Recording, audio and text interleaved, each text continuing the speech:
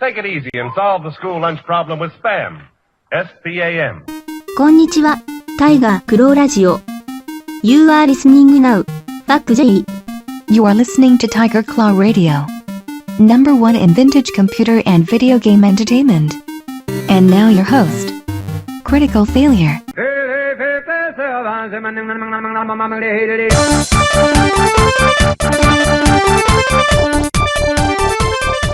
Yes. Oh yeah. Welcome everybody to Tiger Claw Radio. Got quite a show this week. Good bit of van casting. And Chiptunes Equals Win has a new release. Actually, there's several releases out there in the world of chiptunes, but particularly Chiptunes Equals Win, Space Tunes Win. That's the album. It's a compilation that's out for free, and it's got, let's see, how many tracks do we have on this thing? 32 tracks. I like these releases that they do, these compilation albums. They're always free. They've always got tons of stuff. We're going to talk about that. We've got the Retro Junk Box, which was just a big thing that I just got finished doing, and some other stuff. So let's start with let's see what we got. Something off of Space Tunes Win. Come on, guys. What do we got here? I want to do their lead-off track. This is the Chunderfins, and the name of the track is Star Scroller, featuring Carbohydrome. I don't know. When you download the album and play it, this is the first track you're gonna hear. It's from the Chunderfins. You're listening to Tiger Claw Radio.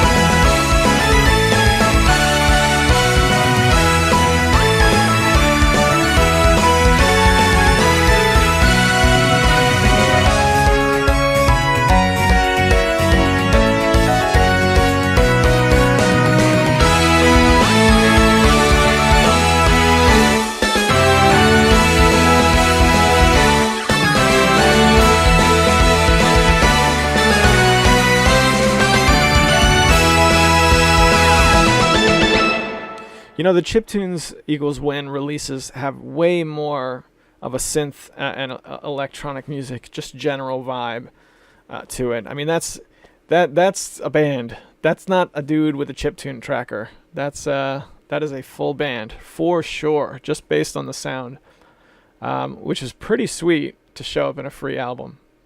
So make sure you check that out. So I'm gonna run down to dinner, and I'm gonna leave you guys with a Vancast from this past Monday. You're listening to Tiger Claw Radio. Let's go there now. Are we ready? Where did I leave off? Right, we're going to the van.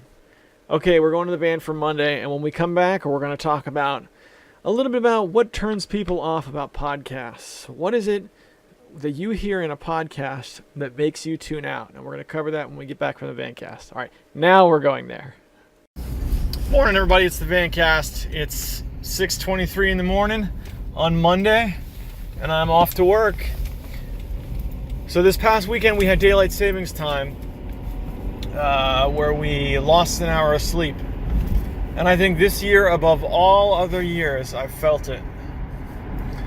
The clock on my dashboard still says 5:23. And it looks like it outside. I had just been talking recently about how I enjoyed the fact that I would come outside and it wasn't dark anymore. And now here we are, it's pitch black again. It's okay, it happens. But I'm toughing it out, getting my stuff together and heading off to the office. What a weekend it's been. I went thrifting with my wife.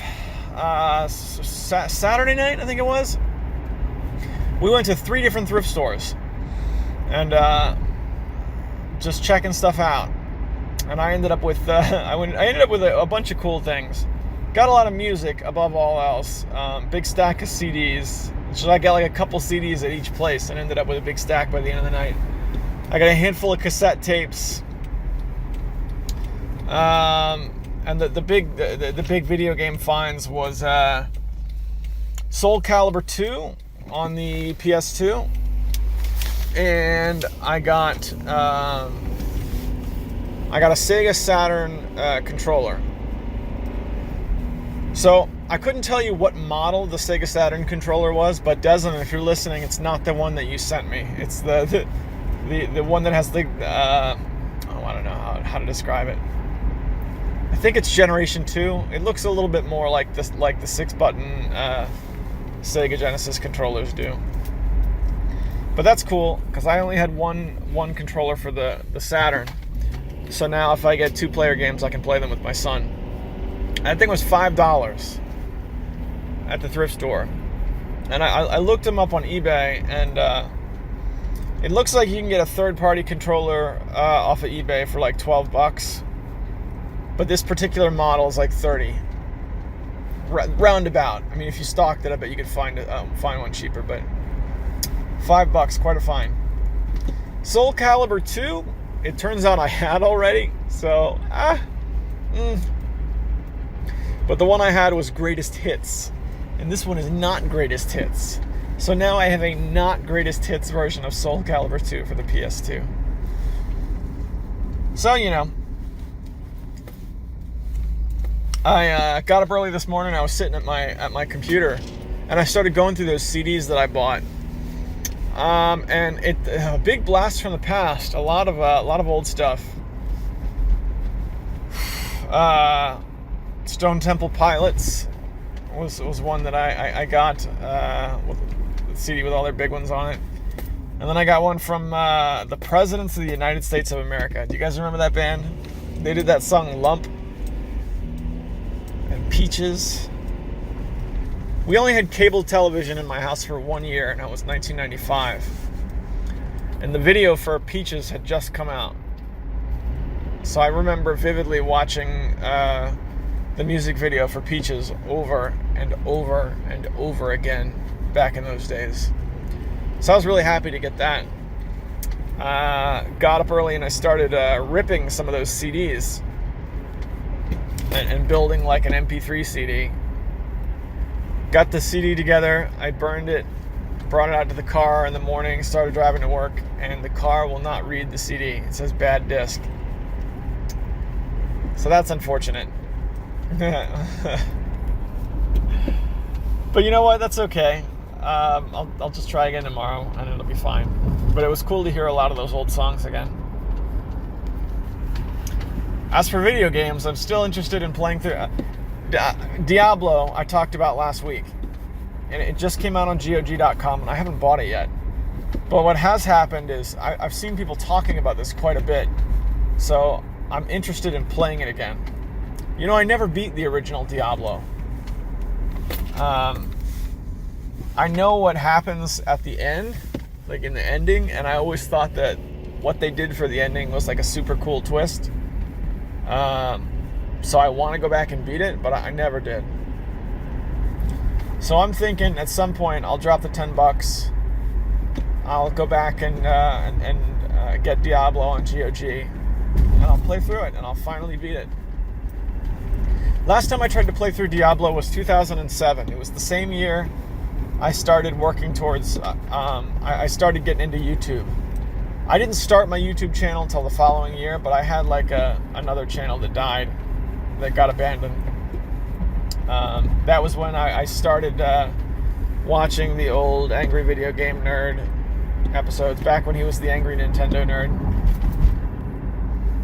That was a big year. Well, anyway, at that point I lived in an apartment, and across the road from my apartment was a used bookstore. And in that used bookstore, they had a few big box PC games for sale for very cheap, $5 a piece. And I can tell you exactly what games I bought. I don't have the boxes anymore, which kills me. I can't believe I got rid of the boxes, but I had SimCity 2000 complete in box. I had D-Zone, the unofficial expansion for Doom and Doom 2, complete with level maker and 900 levels. Blah! Can't believe I got rid of that box. And Diablo. Diablo complete in box, the original one. So that was, I was working off an eMachines computer at the time that we got on Black Friday, like the previous year. And I started playing through this boxed copy of Diablo. And I think I got down to like level 10 or something. I don't know. I got pretty far. I got further in this run through than I ever had. And I can't remember what distracted me from actually finishing the game. I think it might have been, that's when I started like putting together my first YouTube videos. But that was the last time I tried to play through Diablo. And that was 10 years ago, if you can believe that. I don't have the that big box anymore, but I still have that CD, and I have a Prima strategy guide that I picked up from another used bookstore since then. So that might be fun. That might be fun to play through the GOG version using the Prima strategy guide. You guys remember those? I think that company went bankrupt just this past year. But I always liked those old Prima strategy guides. They were really awesome. You could find those for $1 in the bookstore in the town I grew up at. In the basement, you'd go in, and there was a shelf near where the counter was that had Prima strategy guides at the bottom. A mixture of Prima strategy guides and then like instruction manuals from computer games that just had big manuals. And then right next to that was cassette tapes. And I clearly remember one day going down there and getting one magical day. I got a Rollins Band cassette tape. I bought the specials on cassette tape. And then I also got like the Book of Artifacts from Advanced Dungeons and Dragons 2nd edition, which was in there with like the computer manuals. I missed that place. They ended up, that bookstore was in the basement of the library. So you'd go into the public library, and then upstairs was the library, and in the basement there was like a used bookstore. So when the library would phase books out, they would just drop them off down at the bookstore, and they would sell them, and the bookstore was worked completely off of donations. So because of that, they were able to undercut all the other used bookstores. So at that time, you could go in and buy like a paperback for 50 cents or something. And that whole building is a crater now. But I went there as a young kid. I went there at like 9 years old, 10 years old. I would go in there and buy comic books for $0.25 a piece. Like Excalibur and the Uncanny X-Men and all that. I'd get my Marvel comics there for $0.25 a piece. And then when I got much older, I remember going there with my wife and like rediscovering it. And getting a lot of like sci-fi novels there. Yeah, I miss that place quite a bit. Quite a bit, actually. So that is, what are we at? Pushing 10 minutes. I guess that's the Vancast for Monday. I really don't know what I would do if I were back at my place. Probably nothing video game related, to be perfectly honest with you. I still have a stack of CDs that I want to finish ripping, and I'd probably try burning this CD again. But if I could play any game, it'd probably be to sit down and play Soul Calibur 2. Yes, I had it already, so now I have this extra copy of Soul Calibur 2 that I don't know what I'm going to do with. But it is an awesome game, and it had been long enough since I played it that I didn't remember if I had it or not. So yeah, let's put in Soul Calibur 2. We'll just go through the arcade mode once or twice, you know? Some of those old 3D fighters that I got a hold of, there's nobody for me to play them with. But it's fun to just go through the arcade mode a few times. Tekken Tag Tournament is like that. Tekken Tag Tournament is a good game. And I've enjoyed going through and just unlocking the other fighters. No fighters that I actually want to use. I just want the character select screen to be complete. That's what I want. So, you know, I think that's what I would do if I were back at the place. Fighting games are also games where you don't necessarily have to have the sound on. So I could spin records. Listen to my 90s CDs. and play Soul Calibur 2. That sounds like a really good morning, actually. Alright, and with that, boys and girls, I'm going to send you guys back to the studio. I'll see you there. Back in the studio, this is Oxicide with High Spire from the Chiptunes equals Win, Space Tunes equals Win compilation. Again, it's free, so get yourself a copy. You're listening to Tiger Claw Radio.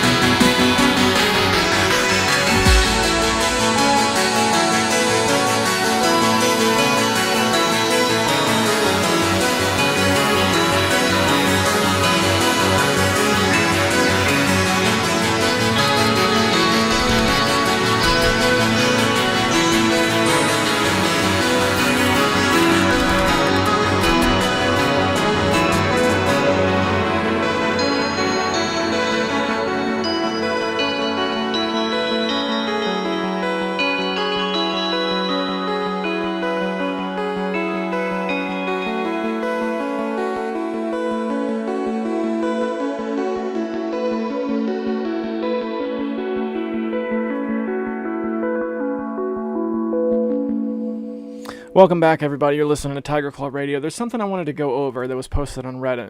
But 9 days ago, there was a topic entitled, What Immediately Turns You Off to a Podcast?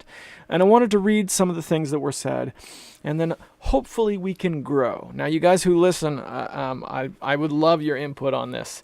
How close is this to the mark? You got any other questions, comments? I know if you're listening to this, you must dig deep into the podcast world. So let's read what it says.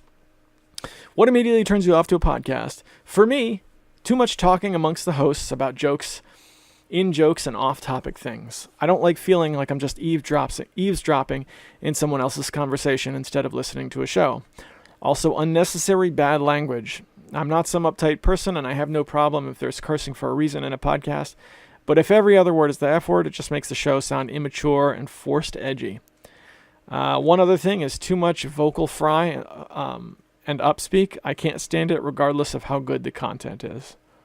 Okay, I agree with the bad language. I did that early on in the TCR, in the lifespan of TCR, and I just cleaned it up so that the podcast could reach more people. That's the reason why. Not because of any sort of YouTube algorithm, because I post these on YouTube now. Because I know whatever the algorithm says, I'm not doing well. But just so that I could reach more people. I'm a dad now. I wasn't a dad when I started TCR. I know there's other dads that listen. I want you to be able to have TCR on and not have to hide it from the kids. All right. Number one comment. Guest, here's my story. Host, let me interrupt your story to explain why I relate to it and how I feel about it. Guest, so this is what happened. Host, let me explain to you what you just said. This may involve taking your exact point and rephrasing it as if it was my point. Again, I'll need to explain your point for you to make sure you get it. Guest, I get it since it's my story and I'm here to tell it. Host, just one more time. Let me make this about me. All right. This is one of the reasons why I make why I do a solo show. And then we have a response. Oh my goodness, this. I recently decided to listen to Sick Boy on this sub's recommendation. The premise sounded interesting, bringing up guests with various illnesses for interviews. I found an episode that included a woman with schizophrenia. She could hardly share anything before one of the guys would interrupt with their dumb, pointless stories of, I can relate. I was practically yelling, shut up, at my phone. I really wanted to hear this woman's story, not your story about meditation or getting high or whatever. I wish someone would have gotten the interview instead, so I could have just heard more from her. I'm getting mad again just thinking about it.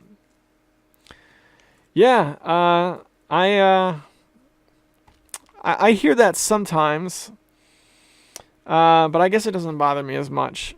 I don't know. The problem with guests is if you have if I'm listening to a podcast and the guest I feel like is really weak, or maybe it's somehow a guest sharing something I'm not interested in, like, oh, I'm a guest from such and such a medical center and we're going to talk about, medical related issues. Well, this is a podcast I normally listen to for laughs, so there's nothing there for me.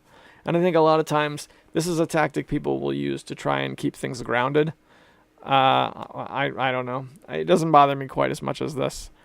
But I could understand the bit about the schizophrenic lady who continually got interrupted. I could understand why that would be irritating. What else we got? Bingo. I've dropped a number of podcasts for this exact behavior, and here's another one. The sycophant host who does not call out or probe obvious BS or contradictions coming from their guest. Number one reply. Joe Rogan is the king of letting BS slide. Yeah, why is that? I don't know. I don't know if I would agree with that now. Not since the whole the stuff that's going on Rogan's podcast with Twitter. But my only problem with Rogan is that I'm not into MMA at all, and I'm even less into cars. When Joe Rogan starts talking about cars, oh my gosh, do I ever tune out. Hey man, let me tell you about these awesome things that I get to enjoy because I'm a multimillionaire. Regular people can relate to that, right? I don't care. I don't care. I'm sorry. Wow, I think I even stopped listening to Rogan exactly for that reason. I think it was like the last episode he did with Bill Burr. I heard some good highlights, and I was like, oh, let's go back and listen to this episode. And for the first, like, solid 20 minutes, they just wanted to talk about their rich people cars that they're able to drive. And look, I got nothing against people who have made themselves wealthy, enjoying things that wealthy people enjoy. There's nothing wrong with that, right? It's just that I can't relate to it, and I find it incredibly disinteresting, especially like when I'm making the slog out to work, and it's like, I was riding around in my Mustang, and inside the Mustang was a smaller Mustang. It's like, okay, yeah, all right, I'm just gonna listen to chiptunes. Thanks, Joe. What else do we have? I feel like Joe Rogan is the new Larry King. A lot of the same complaints were made about Larry, and it all amounted to he's let the person make their case without pushback. To me, that's a lost art in journalism. What's pushback really going to do? To me, I want two things to happen. One, give them enough rope to hang themselves with in interviews. Two, debate the interview after the fact on their shows. If you attack, they get defensive and don't revel as much. You want the guest to say everything. Let the other shows counterpoint once everything's come out. We live in a post-Fox world where screaming over each other seems like the norm. I don't know, man. I kind of disagree with that. I feel like you should be able to talk to people who you disagree with without putting them down. This kind of sounds to me like, oh, I heard this guy have on somebody who I disagree with, and I wish he'd made him feel bad because I disagree with that person. I don't know. I don't know. That's just me. I also find like political banter on podcasts incredibly disinteresting as well. I mean, if you're listening to Joe Rogan got famous for being a funny man on television. I don't care what he says about people I disagree with. Oh, the guy who was in a sitcom in the 90s should have held them to the fire. Yeah, I don't know about that, guys. I don't know about that. I think we can give old Joe a break on that one. I used to listen to the Nerdist religiously until Chris Hardwick spent 6 months asking every male guest for basically fatherly advice, and it got annoying. Mark Maron for some time now. I had to unsubscribe. It was so irritating. And now people are just throwing out names of podcasts they unsubscribed to. Here we go. Here's a real one. Mostly it's bad audio quality and too much BS talk before getting to the topic at hand, assuming it's topic-based. I also immediately skip to the end when the podcasts get into reading listener feedback or reviews. If it's not my feedback, I'm not interested. Wow. Okay, there's a couple of really good ones here. First of all, bad audio quality, I 100% agree with. I have issues with audio quality here on occasion. The condenser mic I'm using, it sounds nice, but it's also really cheap, so it crackles if anything touches it. And my kids come in and play with the dials on my soundboard all the time, so I bought equipment. I tried to push it up a little bit, but, you know, I get it. And then, of course, there's the Vancast. So audio quality is important. It's kind of hard to listen to something long-term when there's too much noise or it's too, you know, you have to listen closely to make out what people are saying. I get that. Also, getting to the topic at hand is a problem. That was my issue with, what's that guy's name? Pat the NES Punk. I listened to his podcast. I remember Pat what's his podcast called? CU podcast or something like that? I don't know. I listened to a lot of like highlights from that show because it would show up on my feed like a lot. Him and that other guy he does this podcast with talking about issues or whatever. And I would click into them on a specific topic, and it seemed like, okay, I don't agree with everything they're saying, but they seem like cool guys. I was into it for a while until I actually sat down and listened to an entire episode. And whatever it was that they were saying, okay, this episode is about X, Y, and Z. And he talked for a half an hour about some date he was going on. I remember him talking about getting dressed and doing something.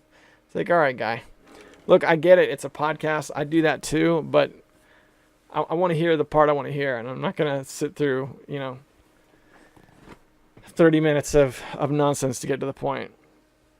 And I say that completely aware that I do the same thing many times over. In fact, I'm probably doing that in this episode because I'm gonna label this about let's talk about what we don't like about podcasts, and I didn't start actually discussing that until 23 minutes in. So I'm guilty of this too, but it's a legitimate complaint.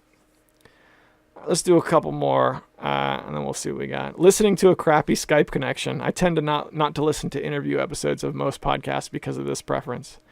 Yeah, most people I listen to when they do interviews, Skype is not part of the equation anymore. I pretty much hate any live show episode. They always suck whenever they have an open mic to let interviewers talk, and they always talk way too long and say garbage.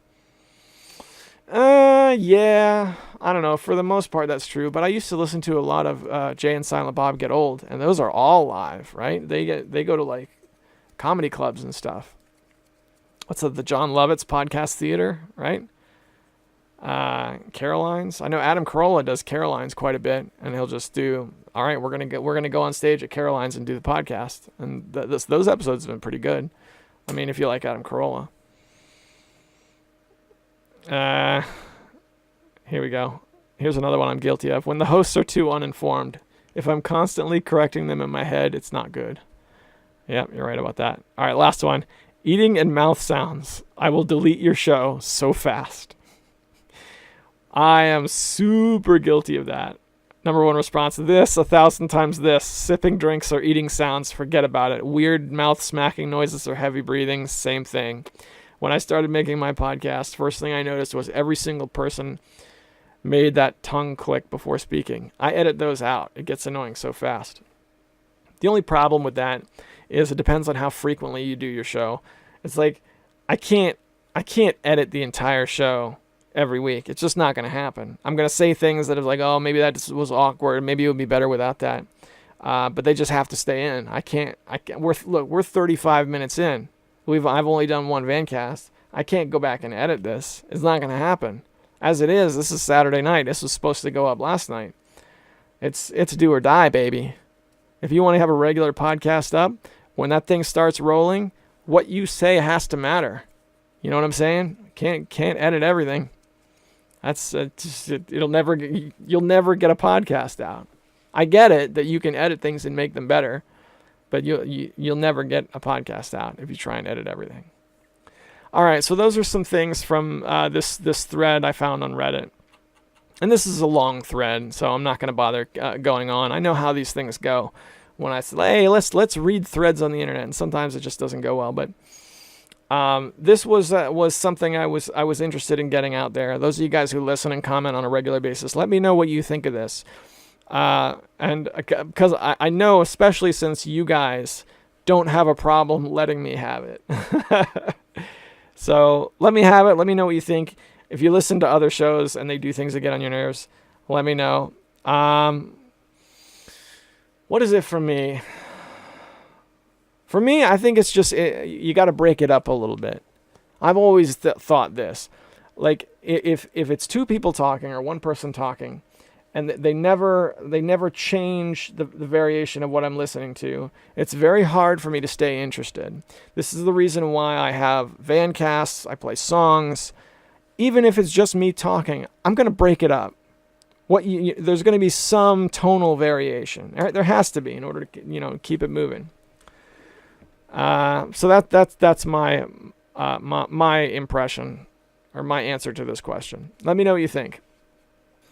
All right, we're already 37 minutes in. Let's go to the Vancasts again. Stay with me. You're listening to Tiger Claw Radio. All right, boys and girls, I'm amped up. It's Tuesday morning. It's 6:22 in the morning. It's pitch black outside. It's a little on the cold side, but not too bad. And I'm driving off to work. It's the Vancast! So here's what happened. I had two bombshell packages at once yesterday. One was the Volca keys, the Korg Volca keys synthesizer, which I ordered and it showed up in the mail, which is huge. And the other was the Retro Junk Box, which showed up in the mail. Now, I didn't have time to do the Retro Junk Box last night. I saved it and did it this morning. So I knew... All right, let me explain what this is. I know you guys have been to the forums know what I'm talking about, but Hemrock started a project where he took a box. It was a flat rate box from the post office, and he loaded it down with retro video game and related stuff, and he sent it to the next person in the chain. There's 5 people in the chain. Each person takes out what they want to keep and puts in stuff of their own to replace it. So I'm pretty sure I'm the last person on the chain, because this thing showed up and it was barely taped shut, for one thing. It was huge and overloaded and busting at the seams. So I knew, all right, everything I take out of this box I've got to replace with something else just as cool. So don't open it around the kids, because the kids are going to say, oh, I want to keep all this stuff. Let's just take it all. Come on, Dad. So I waited, and this morning at 5 o'clock, I went upstairs, turned on the kettle, got my clothes on, and sat down with a cup of tea on the carpet with the retro junk box. And I opened it up. I don't want to go too into detail. There'll be a photo, and I guess I can talk about what I took from it. I can't talk about what I put in it, because that's a surprise for the next person. But what I found in there that I wanted was staggering. I had thought, look, I think it's about $15 to ship this thing, so that means what I decide to keep has to be a greater value than $15. Otherwise, I've lost out. I was staggered. Okay, so there was a Dreamcast t-shirt. Brand new Dreamcast t-shirt in exactly the right size. I wear a medium t-shirt. After the weight loss, I dropped down a size. And this thing is clearly brand new. This has never been worn before. Dreamcast t-shirt. Another crazy spot-on one that I found was a multi-tap for the Sega Genesis. My daughter likes to play Bomberman on the Sega Genesis. And I enjoy Bomberman as well. And my son plays it on the Wii occasionally. So I think using this multi-tap, I can get both my kids together and play Bomberman on the Sega Genesis, which I am just beyond excited for. That's going to be really amazing.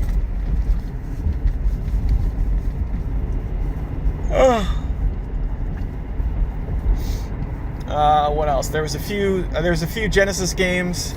I'm still debating over what I'm actually going to keep.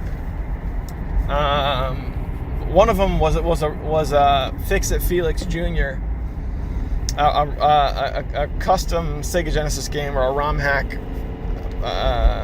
made on a reproduction cart for the Sega Genesis. I see that for sale on AliExpress, and I kind of wanted it. I just never took the time to buy it.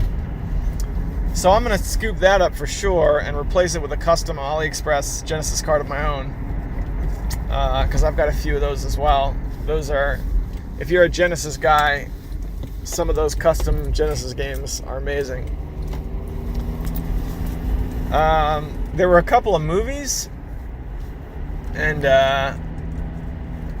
I'm not sure if I'm going to keep those, because I don't know if I have anything of equal value in the movie department to replace them with, but I'm definitely going to watch them and return them to the box.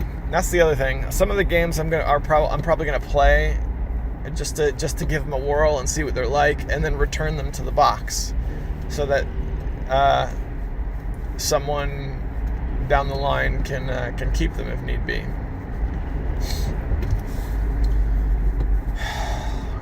It was pretty amazing. I know I'm going to keep Fix-It Felix Jr., and I know I'm going to keep that Genesis multi-tap, because my kids are going to get a kick out of those in a big way. As far as the rest of the stuff, I'll have to play. Oh, here's another one that I'm going to keep that I thought was really funny. So Zone of the Enders for the PS2 was in there. Zone of the Enders apparently originally shipped with a copy of the Metal Gear Solid 2 Sons of Liberty demo, right? So you had the game, and then there was like an additional flap inside of the game that held a demo disc. The demo disc had been removed and replaced with an additional copy of Zone of the Enders. So there was there was a copy of Zone of the Enders on PS2, which just had 2 copies of the game inside it. I don't know how I'm going to handle that. I turned on my PS2 this morning. Oh, excuse me. I turned on my PS2 this morning because I wanted to give it a test run, but it took so long to go through the box.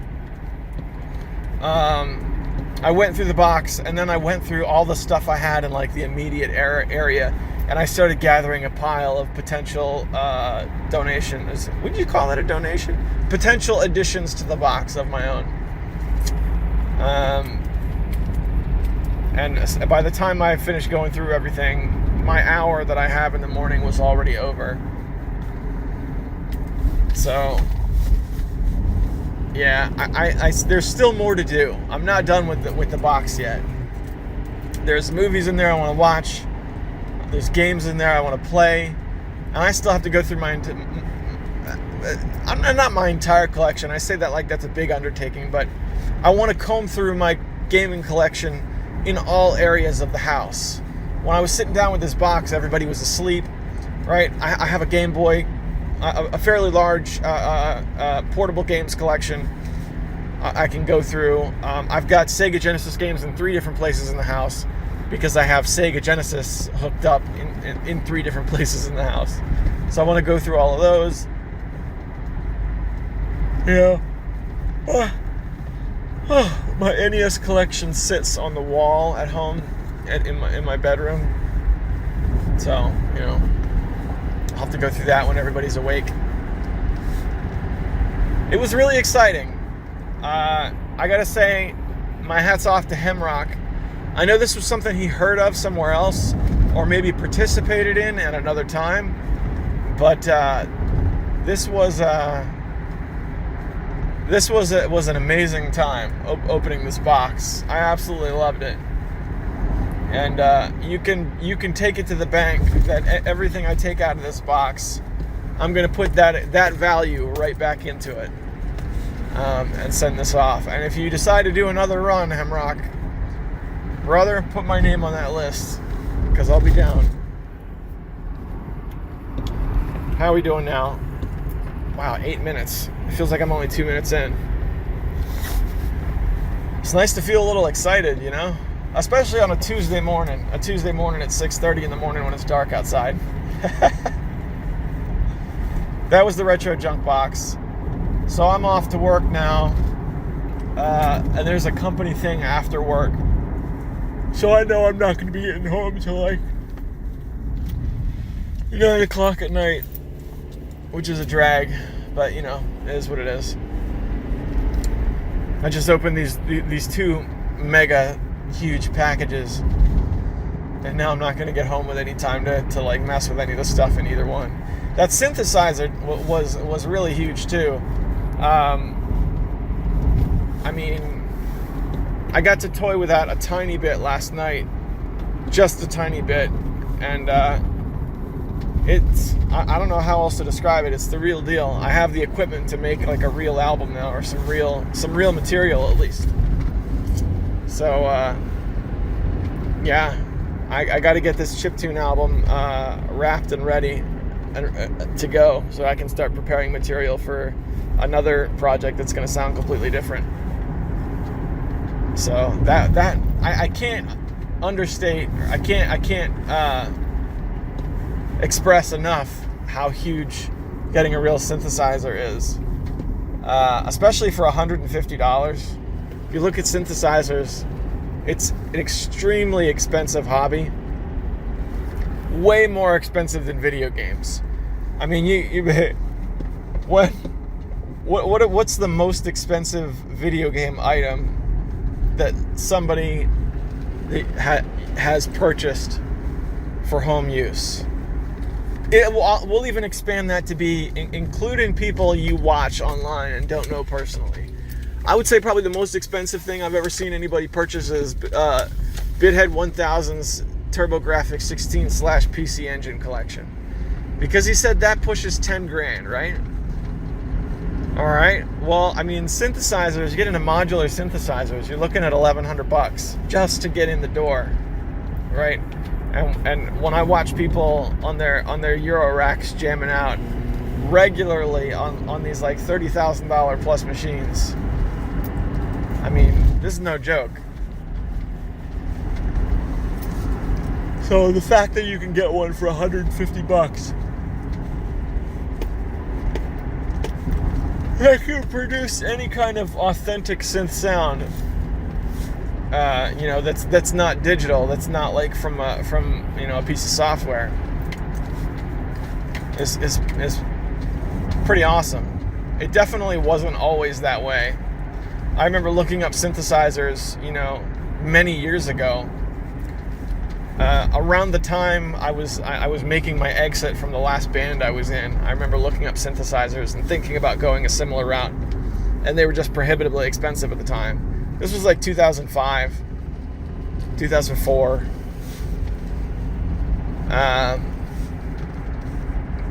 So yeah, now, oh my gosh, how many years later? 14 years later? 14 years later, now we have the technology. Feels good. It feels good to make music again. I made a lot of music as a teenager. Wasn't good music, but the fact of being creative in that way kind of helped me make sense of what was going on in my life at the time. So even if I'm making bad music, it feels good,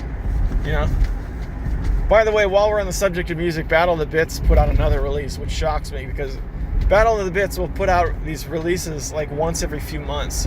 And they put out a chiptune classical music album that I was excited to talk about on the air. And I was like, oh yeah, this will be out long enough for me to wait to the podcast. Classical music album made by chiptune artists. And typically I say, well, hey, just go get the album. It's free as long as you get it before the next one comes out.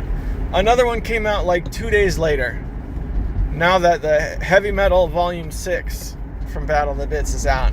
I just got that this morning. So the chiptune classical music album I've been listening to the car for the last couple days went from free to now $3. So I don't know. I've enjoyed it. It's a good album. You pop in and check it out and see what you think. It's definitely not like anything I've ever heard of on the on the chiptune scene or the electronic music scene, which is really neat. I haven't had the chance to listen to the heavy metal album from Battle of the Bits. I'm sure that'll be pretty crazy. And then also there was this other huge release from Chiptunes Equals a Win that I haven't had time to touch yet. They released an album with 30 plus tracks on it. Chiptunes Equals a Win. They don't release stuff very often, but whenever they do, man, it's loaded down. It's always a huge release. So I'm really looking forward to that as well. So that's three big time releases that came out all in the last week. So again, it's only Tuesday, so by the time you're listening to this, I have no idea what kind of music I'm actually going to fold into this podcast. But let me tell you guys, do a little searching because there's a lot of stuff that just dropped. Enough stuff that if you haven't gotten any new music in a while, maybe open up Bandcamp and take a look around. Because at least personally, for me, it's been a big week for music. All right, music and video games. So what would I be doing if I were back in the if I had a day in the studio right now? Well, let me tell you. First thing I do is fire up Zone of the Enders. I'm committed to keeping that game now because I told you it was in the box. I'd fire up Zone of the Enders. I'd give it a shot. Probably play it for about 15 minutes. Just a little tiny, just a little sample. Then I would open up some of the games that I'm not committed to yet. Mostly for the PS2, because I have a PS2, my PS2 is hooked up and ready to go. And I have all the TV inputs set to it and everything. So I'd play a bunch of PS2 games, and when I got tired of that, I'd make breakfast, and I'd sit down and watch one of these two movies. There's two movies in the box that I want to watch them both. I don't know if I'm going to keep either one, but there were two DVDs in there that are both movies I would like to sit down and watch. And then after I watched all those movies, playing games for a while, probably play games for like an hour, probably watch movies for like 3 or 4 hours. And then by that time it'd be, what time would it be? 7, 8, 9, 10, 11, 12? It'd only be noon. I'd be just getting started with my day. Oh my gosh. Needless to say, today is a day where I would really enjoy just calling in sick and turning around, but not an option, my friends. Not an option. I need to save my PTO for when the new baby gets here in September. So, onward to responsibility. And I'll have my time when I have my time. I can stop yawning long enough.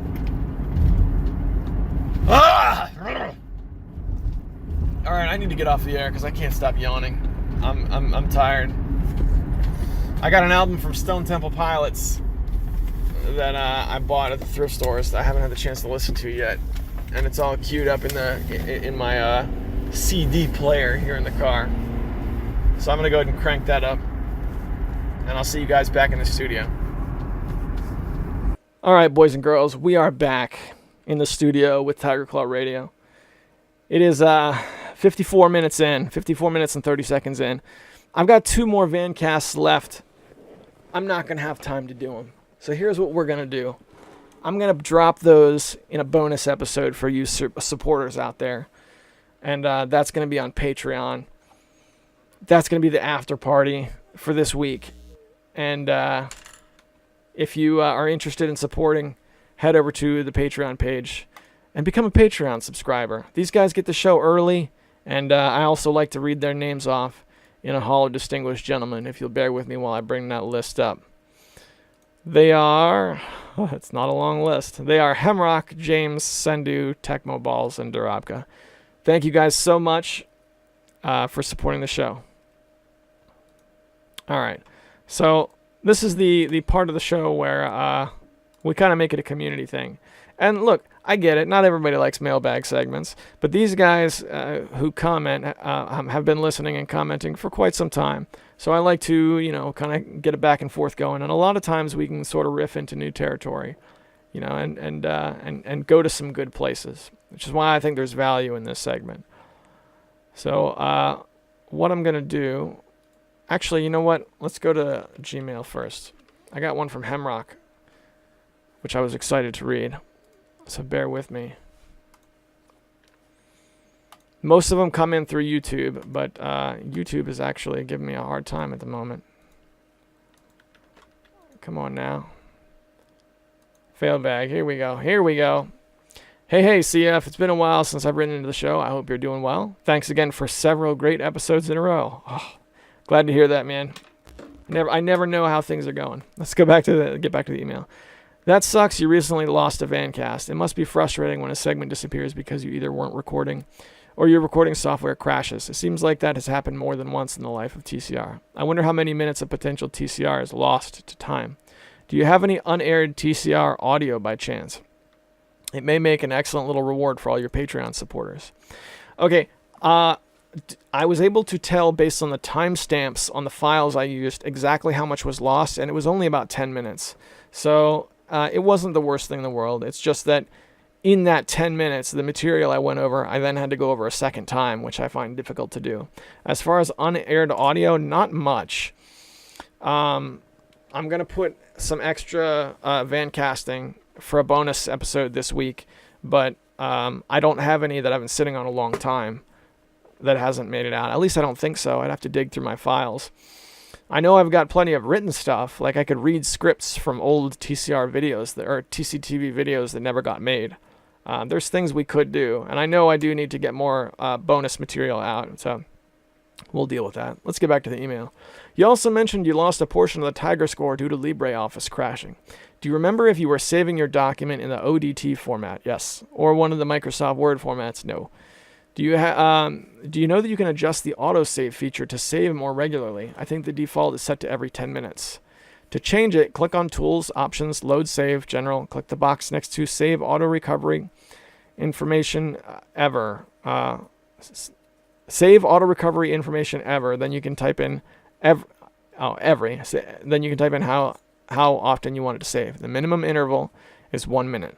Lastly, remember to check the box next to always create a backup copy. I enjoy LibreOffice, and I'm actually using it right now to construct this email. All right, a couple things about that. Yes, I'm using LibreOffice. I now Control S every time I add numbers to that thing. And this was, I lost like a couple of scores. It wasn't the worst thing in the world. It's just that I didn't want to go back and fill it out. I didn't, because it would involve opening the game again. And I reached a point where I was like, all right, I'm done playing this game for this month. And I was ready to move on to the next thing. I couldn't backpedal and do it. It was not a lot of stuff I lost, but it was stuff lost at a crucial time, which, is a bit of a pain. Let's get back to the email. He says, you also mentioned you lost, okay, Tiger Squad. Yeah, we read that. I'm Mick, loving the Torchlight 2 action we've experienced. I'm sorry we didn't get to play this weekend. I was traveling again. Hopefully we can get together this coming weekend. On the last TCR, you said how you were running out of potions. To help keep your in-game health, consider investing in gear that heals you as well as learning healing spells. It may also be of assistance to teach your pet a heal spell or two. How's the original Torchlight treating you? What mods are you using? All right, now you're talking, brother. We're set. I believe we're set to play Torchlight 2 today, right? So what I'm going to do is I'm loading up my app data folder right now, and we're going to talk a bit about just a touch on the mods. Give me a second here. Runic Games. There it is, Torchlight. Okay, here are the mods I have. I downloaded a mod pack, similar to the way you and I did it for Torchlight 2. And it had a lot of stuff. I did a mod pack. I did an extra skin for the gunslinger lady. And a merchant pack. But the mod pack had a ton of stuff. Brighter map, destroyer skills, general skills, level caps, right? So you can level up much higher. Mob weapons, a smaller font, a spell dealer, town extras, a revamp to the two-handed or dual wielding, the Vanquisher, a reskin for the Vanquisher. I'm using something called the Sin mod pack. All right, now the big thing that does is adding new merchants. That's how it's affected me the most. And that is a little bit cheaty because I have access to certain things. I have access in abundance to certain things that are supposed to be scarce, like maps that you use to open up bonus levels. There's now a dealer that just deals those. But I didn't do anything really super cheaty. Like there's one you can use to make the pet return instantly from coming back to town. Like it's a 2-minute wait time to send your pet back to town, but you can do a mod that makes him just come right back. Like I didn't do any of that kind of stuff. That's the list. Technically, it's 1, 2, 3, 4, 5, 6, 7, 8, 9, 10, 11, 12, 13, 14, 15, 16, 17, 18, 19, 20. Technically, it's 20 different mods. So I would have been able to unlock the achievement for running 10 plus mods, but I unlocked that years ago. So that's Torchlight. I love it. I played it to death, and then I gave it a break for a couple weeks. And then after we play tonight, I'll probably go back to it next week. Let's get back to the email. He says, you touched on comfy games. Here's a list of mine, although not necessarily in order of comfiest. SimCity 4, Rollerball, Minecraft, Morrowind, Slay the Spire, Evolution, Kirby's Adventure, Tetris, Civilization 2, Stardew Valley, and Golf Story for the Switch. That reminds me about a few new games. Quick, before we move on to the new games, that's an awesome list. There's a number of games in there I really love. SimCity 4 is the best SimCity. Of all the SimCities, SimCity 4 is the best. Rollerball is also really good. Minecraft was my number one squeeze in 2012. So the comfy hours spent in Minecraft, although that has sort of come to a close. And Morrowind, man. What can you not say about how comfy Morrowind is? Wow, man. I miss playing Morrowind. I never quite passed 100 hours. I got to about 85 or so. I could play that again. Let's get back to the email. He was talking about new games. That reminds me of a few new games. Evolution, the video game, which I have mentioned before on TCR, has finally been released on Steam, which is actually my favorite game from PAX South 2017. I highly recommend it to you in simple terms. It's a strategy tabletop card game that has been converted into electronic form. Okay. Number 2, have you tried Slay the Spire? We talked about it briefly before over Steam Chat. No, I haven't. It costs $1 dues, and I haven't spent the money yet. But it's on my wish list. Number 3, Mario Maker 2 is coming out on the Switch this summer. I'm actually pretty excited about it. Although this one is going to be one of those games that they should have made for the SNES or N64 at the latest. Why did it take Nintendo so long to do what the people over the internet had been doing for over a decade by hacking Super Mario World? Sometimes I don't get Nintendo. My goodness, brother, do I ever agree with you. And you could get hack tools, easy hack tools to use off the internet, and you could get them 10 years ago. So we had Mario Maker. We had it forever. I don't know. The Nintendo's silly willy. What we didn't have, though, is the cultural hub. How when you get Mario Maker, I assume there's some sort of browser, right, where you can look at a curated list of levels. That's something we didn't have before, right? I mean, we got ROM hacks or romhacking.net. That's as close as it comes. Let's get back to the email. Your wife collects the Disney treasure movies. Wasn't that a VHS thing? What's the rarest Disney film your family owns? Oh, I wanted to ask my wife this before she went to bed. Okay, so Disney treasures were DVDs that came in a tin. However, prior to the DVD era, they had something similar. It wasn't called Disney treasures, but there were like limited edition cassettes, and a lot of cassettes that like had the same kind of things. As far as the rarest thing that we own, it's I don't know which one is the one that went rare. It might be Oswald the Lucky Rabbit. It came in a gold tin. I'm gonna see how much that costs over the eBays. Probably Oswald the Lucky Rabbit, because but I want to see how much that goes for. Oswald the Lucky Rabbit Disney treasure. All right, let's see what we got.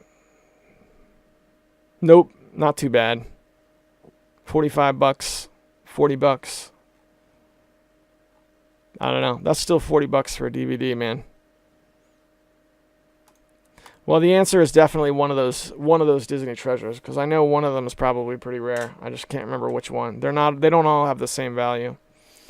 If not, though, if I had to pick something that wasn't one of those, it would probably be a stack of Mickey Mouse comic books that we have, really old ones that we've had for many, many years. Back to the email. So for better or for worse, I have to plan out my vacation days rather early for work. I think I'm going to try to go to MagFest again. Awesome.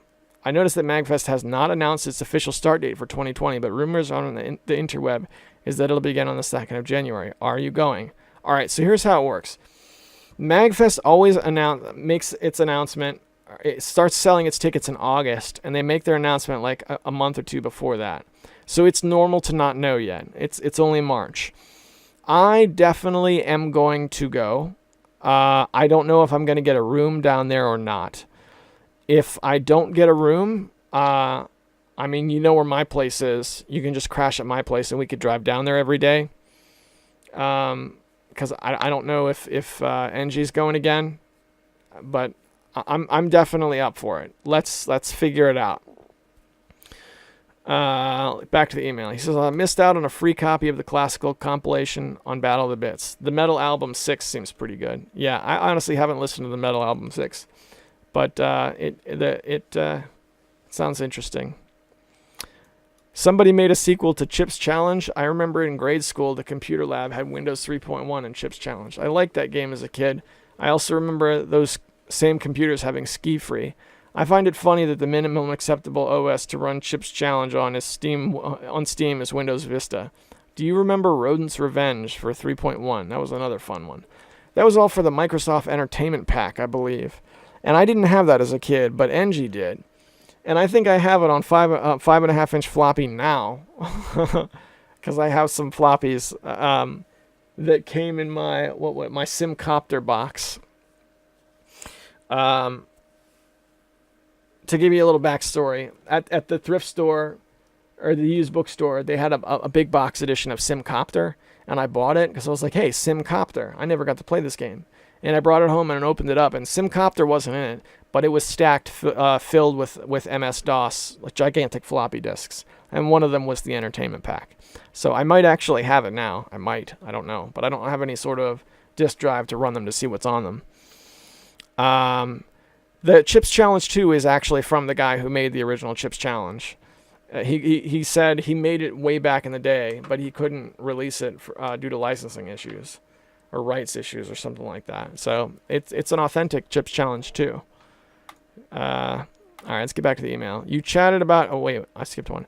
I was kicking around on GOG for some old 3D Realms, a.k.a. Apogee Software, games, and I discovered that the DOS run-and-gun game Biomenace is offered for free. Another Apogee freebie is Star Gunner and a PC shmup.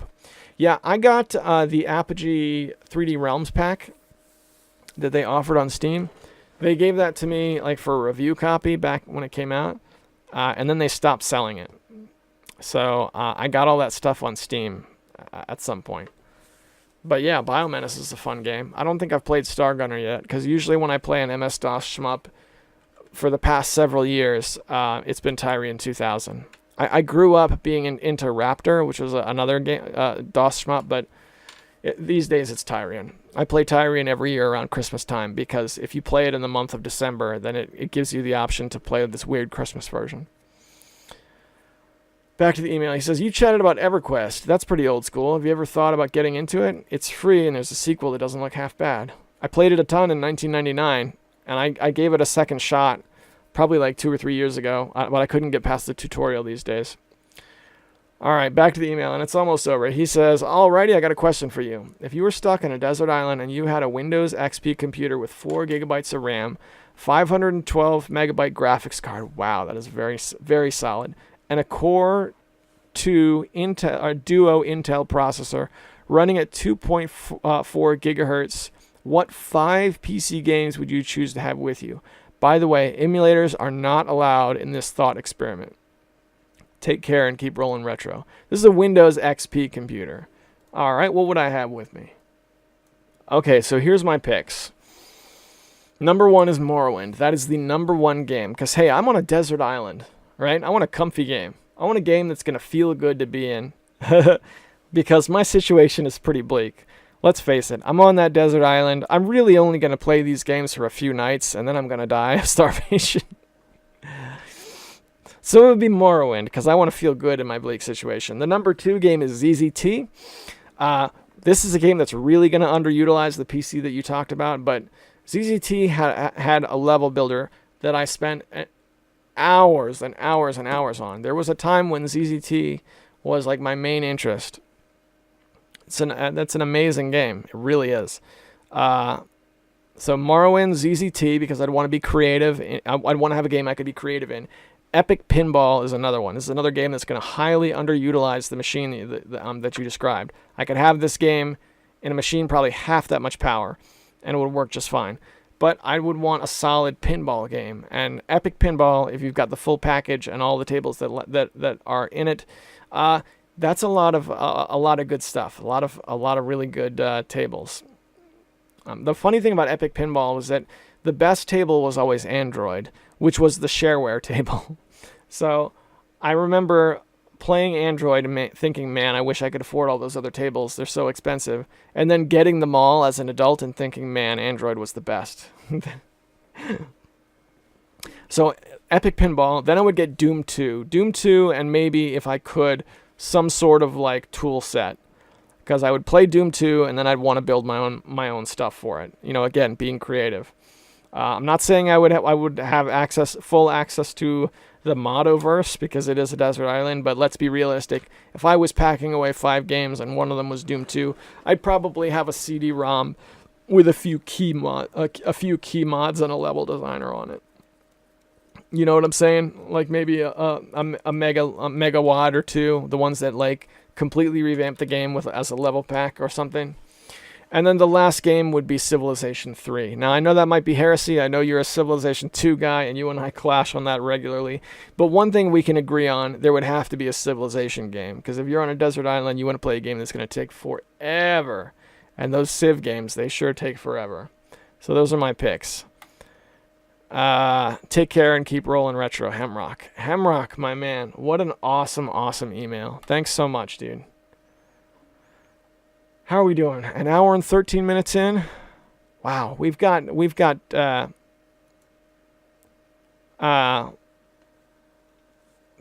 a bunch more comments to go, and we're already past the hour mark. All right, let me get the channel open in YouTube. Bear with me, guys. Okay. The last one was "The Devil is Back, so girls dry your tears." By the way, if you don't know what that is, that's a line from the opening song in the Mighty Mighty Bosstones' premiere album, Devil's Night Out. And that album is legendary. I kind of regret it that nobody's going to get that. But what's the name of the song? Hold on a second. We're going to find this out because I want you guys to take some time and Google this. Bosstones, Devil's Night Out. The devil is back, so girls dry your tears. Come on,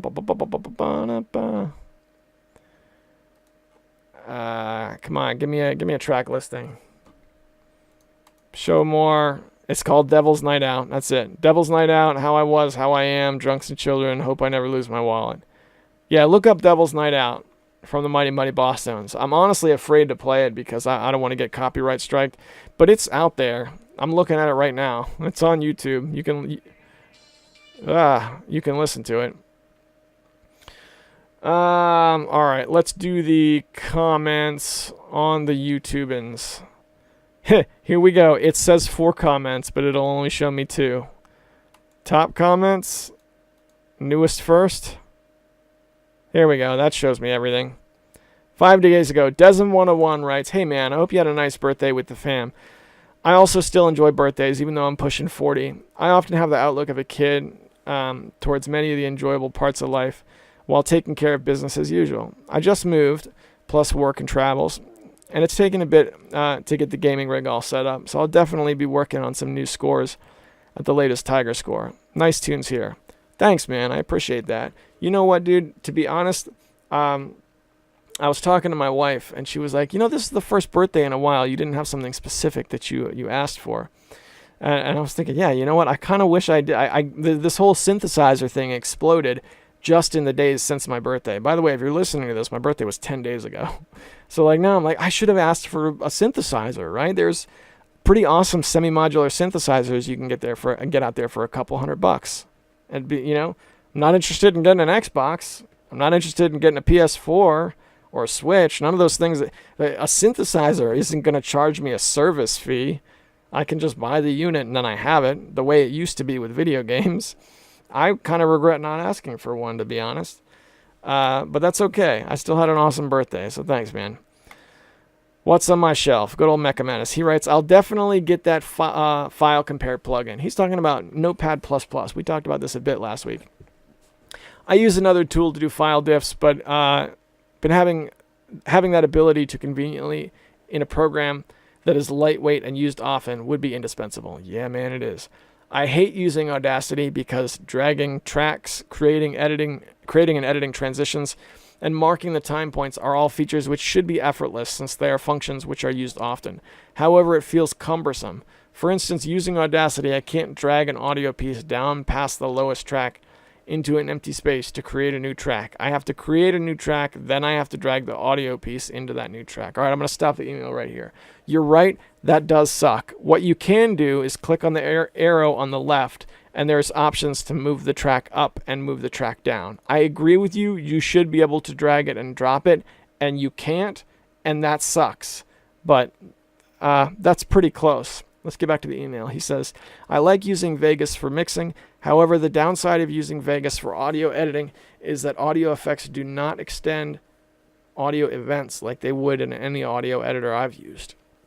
By audio events, I mean if the audio dropped in the program, It's 5 seconds. You added and you added a reverb effect. Vegas cuts off the audio at 5 seconds, even though it would be longer after the effect is applied. Thus, I struggle with going back and forth between editors. Also, marking a timecode doesn't appear as a long, easily manipulated bar which extends through all audio events. Instead, Audacity creates a separate track with a stupid handle that can be easily lost among the many other tracks splayed out. Yeah, that's fair enough. On the plus side, Audacity has a variety of effects and can be and more can be added through the preview interface. Leaves much to my desire. The ultimate sound mixer and editor would be the interface of Vegas with the effects and extension of audio events in Audacity. Wow, my man, you are really into the nitty-gritty of audio engineering. I appreciate the insight. I'm not that smart. I haven't done that much. Let's see, editing podcasts is easy. We don't have to. I don't do much. I talk. I see the needles move. That's all it takes. But yeah, I'll have to take a look at Vegas and see what that can do with audio. He also writes, some of those Disney treasures are very expensive. I think there's one that's worth $100 or $200.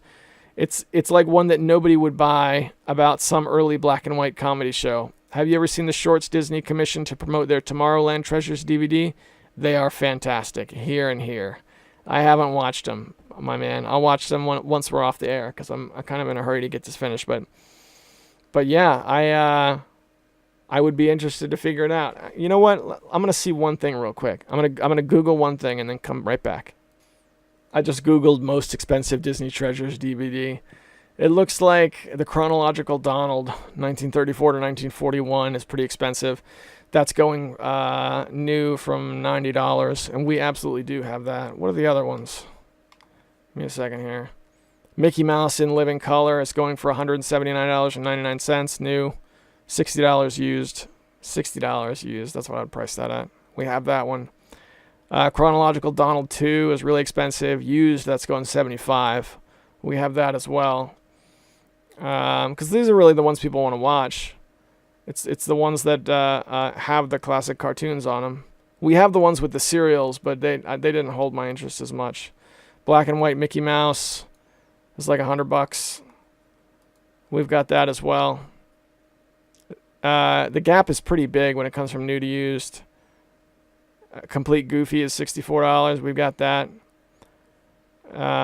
Mickey Mouse in black and white, $69.57. Just a little insight. Yeah. So some of those have some weight to them. All right. Let's get back to the comments. Okay, here we go.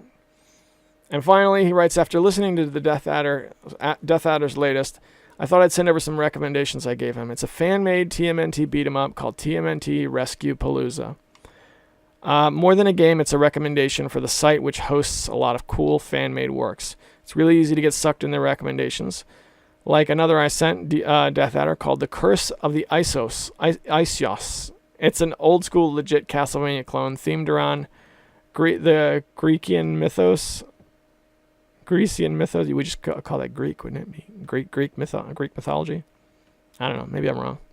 After my last recommendation for swashbuckling, the site is completely on the up and up.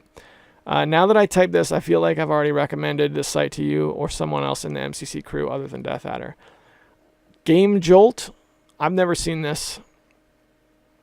And this Ninja Turtles game looks dope. That's a download-a-rooney for me. 61 megabytes. Those of you guys who can't see this, this looks exactly like the arcade game. Exactly like it. It looks like a hack of the arcade game with new levels. I'm downloading the goodness out of this. Immediate download. All right. Downloading it in real time. There we go. It's coming. All right, guys. You know what that sound means. Whatever you're doing out there, whatever brought you here, 1 hour and 20 plus minutes in. My goodness. And I didn't even play all the Vancast. I got like another 40 minutes of Vancast. I doubt that much, actually. But whatever's brought you here, thanks for spending time with us. And I hope you do okay this week. I'm rooting for you. See you next Monday.